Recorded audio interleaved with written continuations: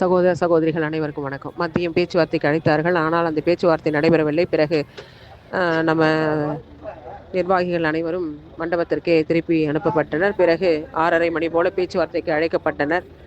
அழைக்கும்போது அம்மையார் எஸ்பிடி அவர்களை பார்ப்பதற்காக தான் அழைத்தார்கள். ஆனால் இங்கே வந்த பிறகு ஏஎஸ்பிடியை தான் பார்க்க முடிந்தது. அவர்களை பார்த்தோம்.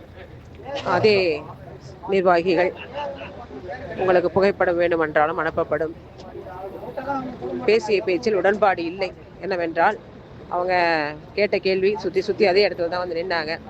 அரசாங்கமும் அதிகாரிகளும் உங்களுக்கு இணக்கமாகத்தான் இருக்கிறார்கள், கண்டிப்பாக நல்லதே நடக்கும், நம்புங்கள், எதற்கு இங்கிருந்து சிரமப்படுகிறீர்கள், கிளம்புங்கள் என்பதுதான் அவர்களுடைய பேச்சு. திரும்பவும் நம்முடைய பேச்சு எப்போது நடக்கும், என்ன நடக்கப் போகிறது என்று சொல்லுங்கள் என்று திரும்ப திரும்ப எல்லோர் வாயிலிருந்தும் அந்த வார்த்தை அதுதான்.